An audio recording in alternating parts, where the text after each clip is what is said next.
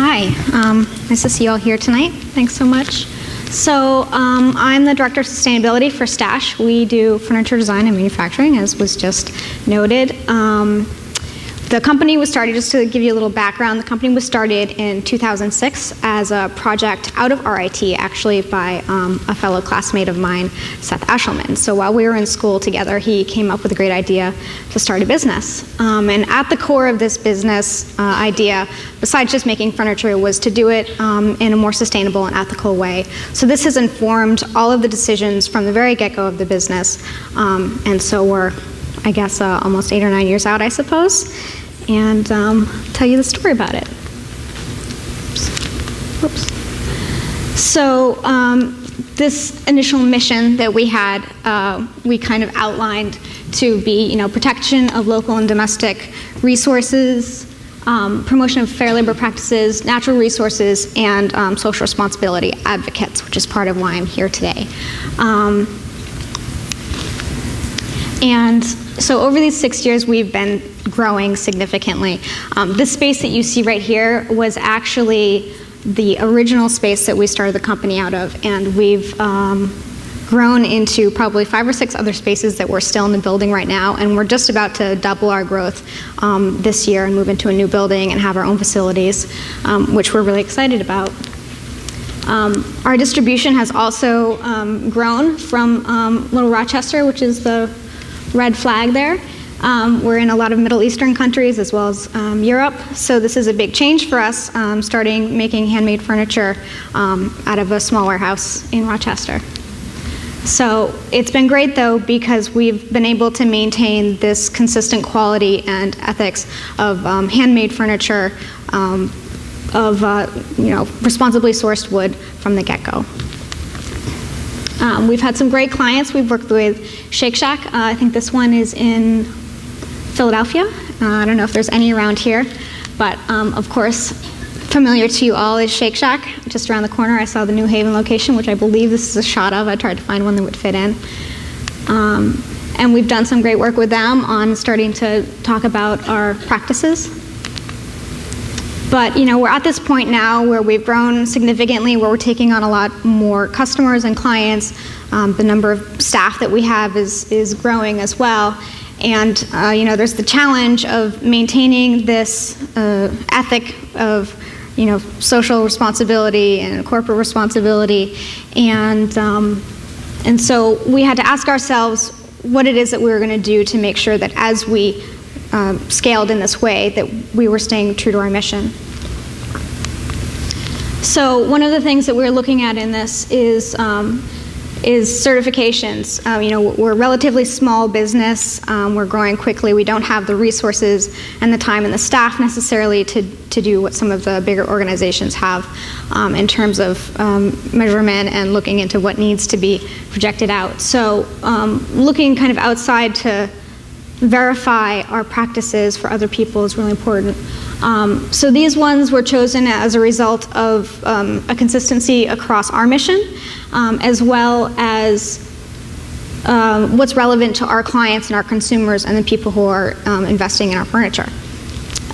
So one of the things I learned in researching all these certifications is that there's definitely a lot of abbreviations, FSCs and BIFMAs and SFCs, and they can get very confusing.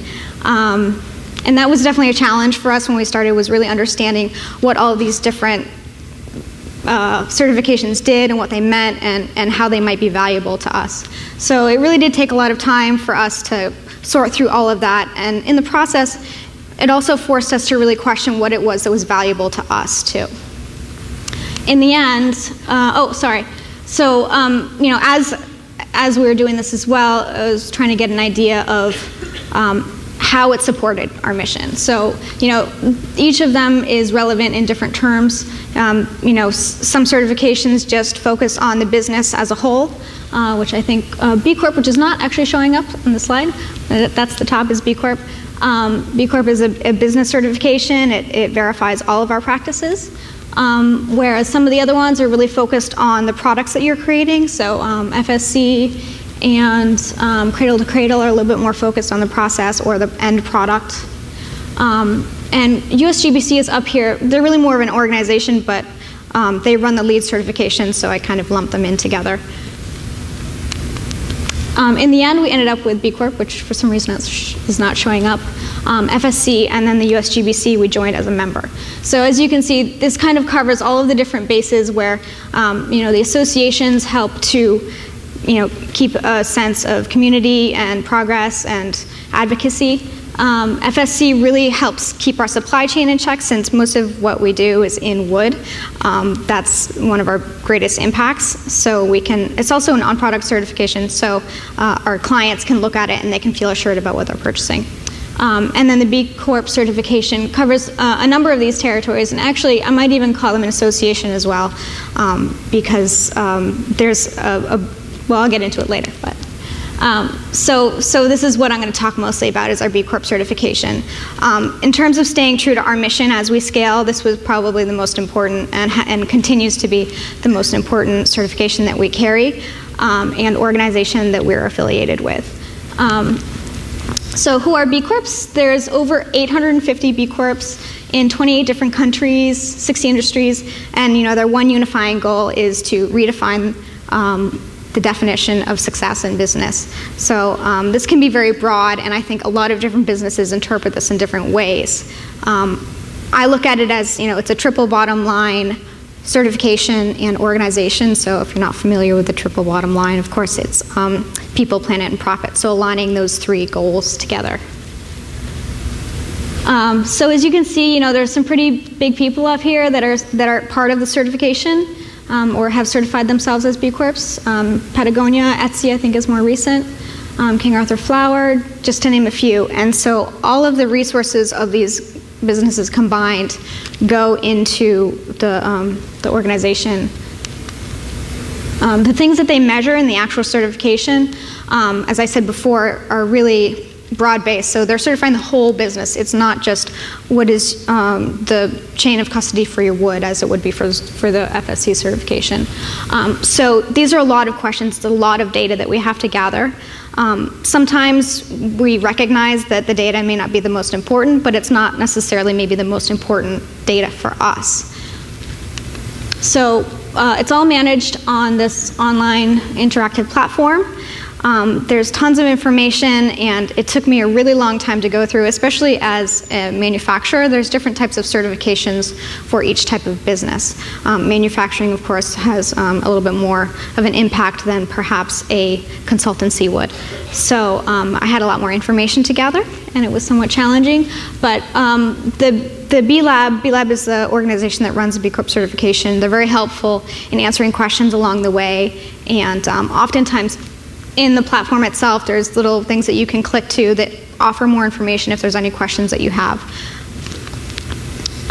So we finally got through it. It took about a year and a half, and this is our scoring. As you can see, it's obvious which areas we excel in and which we focus on. Our environmental score was significantly higher than the median was.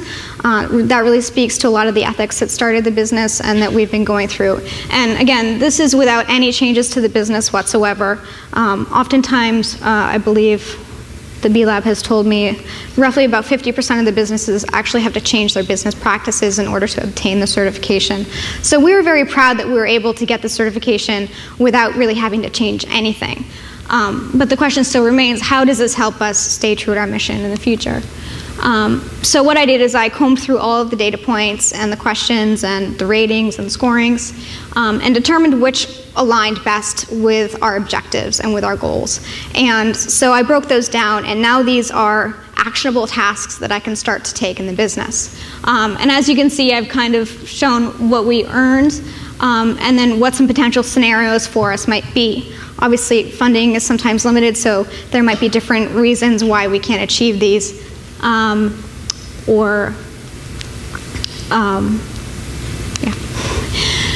So additionally, so the B Corp certification is not just the certification and the organization or the affiliation of the businesses.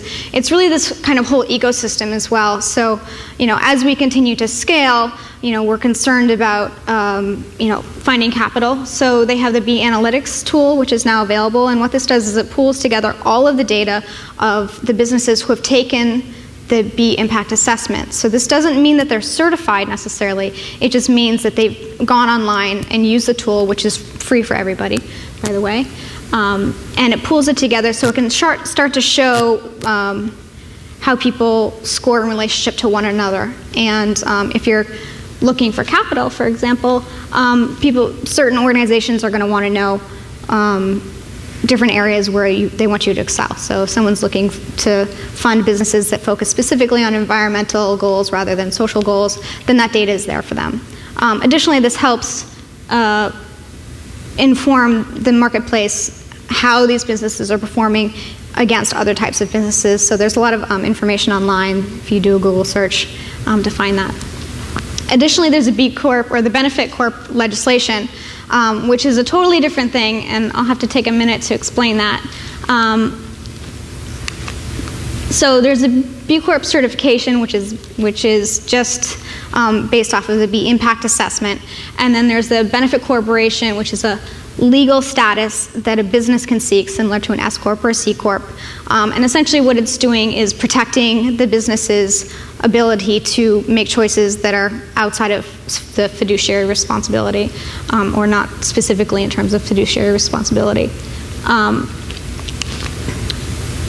So this really helps us protect our mission as we grow. If, for example, we were to take on venture capital funding, this would be kind of baked into the business model, and we would feel confident moving forward that this will maintain a part of the business, even if we lose control over some part of it ourselves.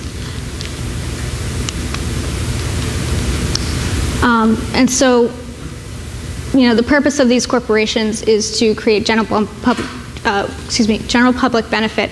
This is just a broad statement. Otherwise, the businesses can actually state specifically exactly what it is that they're going out to do.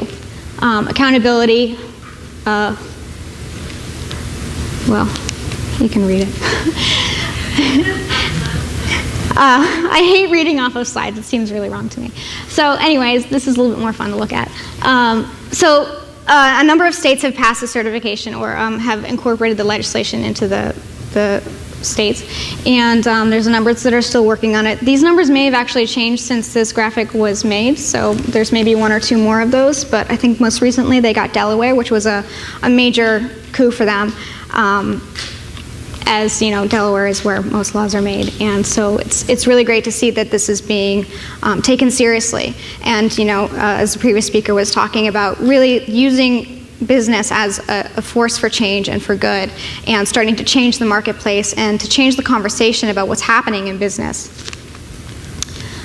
So I always like to end with some challenges that we had. As I said before, really understanding how this all works and how it fits into our mission and how we can implement it. It takes some time, and we really have to allow ourselves that time, especially as a somewhat smaller business that's growing very quickly. We have to give ourselves some leeway for that. The process of documentation does take time. A lot of these things were not set up. When the business was first started, it was just a couple people, and maybe documenting or gathering this information was not being thought about. So coming in later on and trying to mine through all that data and determine what it is that we're focused on was difficult. Supply chain, as I mentioned before, is sometimes an issue. So when we have to gather information from other people, it's really challenging to if they're not kind of understanding or of the same mindset, to sell this to them and say, I would really like to know X, Y, and Z. Can you please share that information with them? That's really kind of a radical step for a lot of businesses to be taking. So that's definitely something that we're learning about. I will say one of the fantastic things about the organization is that together the businesses pool their resources and their knowledge and information, and there's a lot of working groups that have been made up from the certified B Corps to try and come up with some better answers to some of the challenges that we all face. And desire for perfection, especially in an organization that makes furniture where every 18th or 16th of an inch counts, it's hard to let go a little bit. And so that's really been a big lesson for us as well, is to kind of step back and sometimes let things organically happen and really use the frameworks and the tools that we've put in place and just let those take their course. Thank you.